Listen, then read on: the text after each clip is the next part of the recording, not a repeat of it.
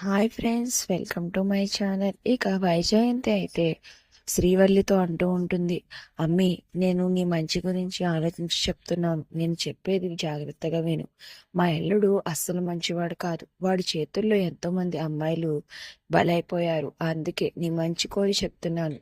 నువ్వు ఇక్కడే ఉంటే నీ జీవితం కూడా నాశనం చేసేస్తాడు.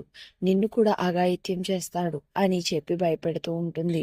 నువ్వు తప్పించుకోవాలంటే రేపు తెల్లవారుజాముగానే నువ్వు ఇక్కడి నుంచి వెళ్ళిపో అని అయితే అంటుంది.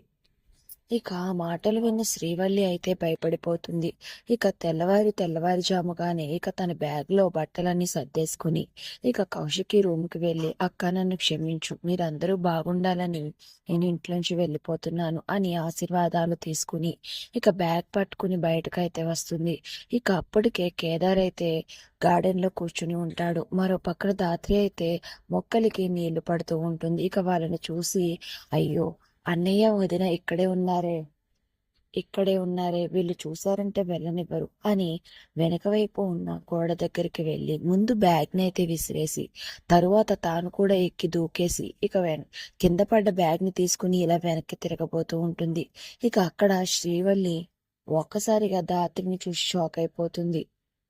ఇక ధాత్రి చాలా సీరియస్ గా అయితే శ్రీవల్లిని చూస్తూ ఉంటుంది. మరి శ్రీవల్లిని ఎలా నచ్చ చెప్పి ఇంట్లోకి తీసుకురానుంది అనేది నెక్స్ట్ రివ్యూలో తెలుసుకుందాం. వీడియో నచ్చితే ప్లీజ్ సబ్స్క్రైబ్.